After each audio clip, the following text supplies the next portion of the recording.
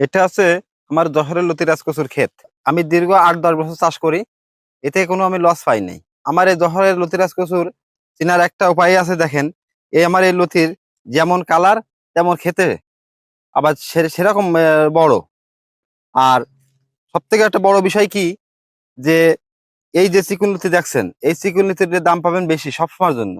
দেখেন চিকন লতিটা পাবেন ৬০ টাকা ৭০ টাকা, আর মোটা লতিটা পাবেন ৫০ টাকা ৬০ টাকা এরকম। আর এই যাতে চারা লাগানোর মৌসুম আছে বৈশাখ মাস থেকে শুরু করে আষাঢ় মাস পর্যন্ত।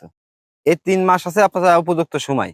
এরপরে যদি কেউ লাগাইতে চান, আষাঢ় শ্রাবণ মাসে যদি কেউ লাগাইতে চান, তারা কিন্তু লাভবান হতে পারবেন না। বছরে ৫ থেকে ৭ লাখ টাকা আমি পাই। বাংলাদেশে এমন কোনো সবজি নাই যে ১ বছর থাকে, ১ বছর পাওয়া যায়, ১ বছর পাওয়া যায়। আমার এই সবজিটা বা যশোরের লতিরাজ কচু ১ বছর পাওয়া যায়। প্রতি সপ্তাহে একদিন করে তুলতে হয়।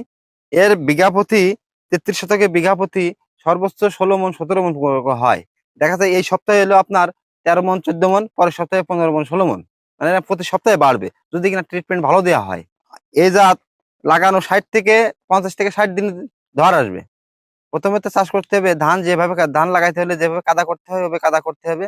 দেখা যাচ্ছে ৩৩ শতকে বিঘায় ২০ কেজি টিএসপি, ২০ কেজি এমওপি এ দিতে হবে, বা আর ২০ কেজি ডিএপি এ দিয়ে চাষ করতে হবে। তারপরে আপনি দেখা যায় এই চারাটা নিয়ে লাগালেন, লাগায়ে আপনার ১ সপ্তাহের ভিতরে আমরা এই যেটা বলি রিফিট ঘাস মারা ওষুধ, এটা দিতে হলে ভালো কৃষকের কাছে পরামর্শ নিতে হবে। আজে বাজে ওষুধ দিলে কিন্তু আপনার গাছটাই নষ্ট হয়ে যাবে বা ক্ষেতটাই নষ্ট হয়ে যাবে। আপনি এতে কোনো ফলন পাবেন না। দিতে হবে রিপিট আর কটা ইউরিয়া দিয়ে ছিটিয়ে দিতে হবে।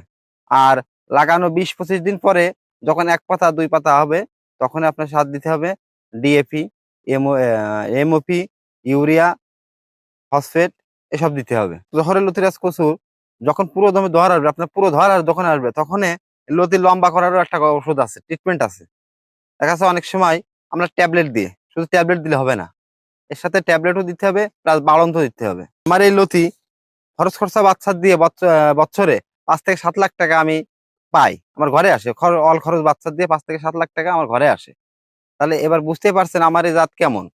আর খরচের বিষয়টা আপনার বলি, যে আমার এই যে লতি যে পরিমাণে লতি হয়, উপরওয়ালা দিলে যে পরিমাণে লতি হয়, এতে ধরে আমার একা কাটা সম্ভব না। এতে ধরেন ৩, ৪, ৫টা লোক নেওয়া লাগে, আবার সার দিতে হয়, সে একটা খরচ আছে, জমিতে পানি দিতে হয়, এ একটা খরচ আছে। সব থেকে একটা বড় বিষয় কি, আমার এই গাছটা দেখছেন, এই গাছটায় দেখেন এখন সিজন প্রায় শেষ। আগামী মাস থেকে এতে এত ফুল আসবে। এই ফুলটা আমি ৩০ টাকা ২০ টাকা ৪০ টাকা এরকম কেজি বিক্রি করতে পারবো।